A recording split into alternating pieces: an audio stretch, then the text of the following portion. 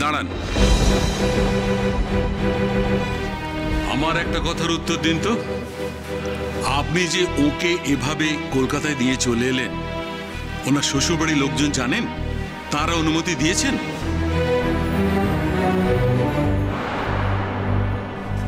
কি হলো, চুপ করে রইলেন যে?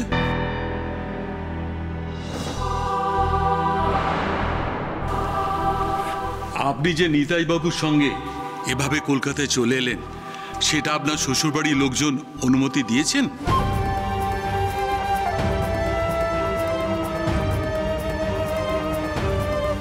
বুঝতে পেরেছি, আমার সন্দেহ ঠিক।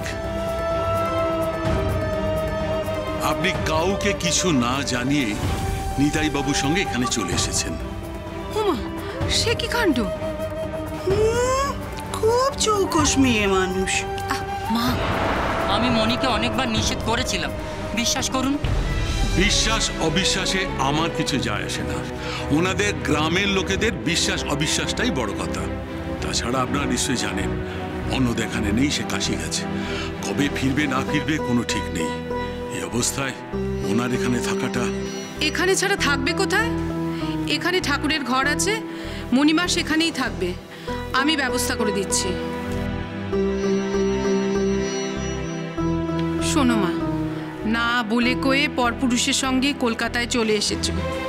এখন হুট বলতে তার সঙ্গে গায়ে ফিরলে গায়ের 5 জন 5 কথা বলবে। এ ঝঞ্ঝাটে যাওয়ার দরকার নেই।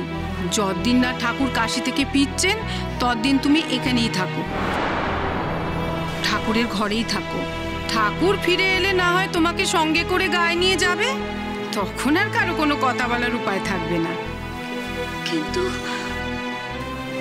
কিন্তু কিসের মা? তোমার স্বামী আমাকে মা বলে ডাকে, সেই অর্থে তোমার আমি শাশুড়ি হই।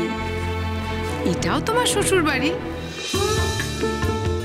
বাবা, তোর শাশুড়ি কিছু চিড়ে ভেজানো কথা জানে না মা, উনি যা বলেন মন থেকেই বলেন। ঢং। উনি ঠিক কথাই বলছেন রে মনি।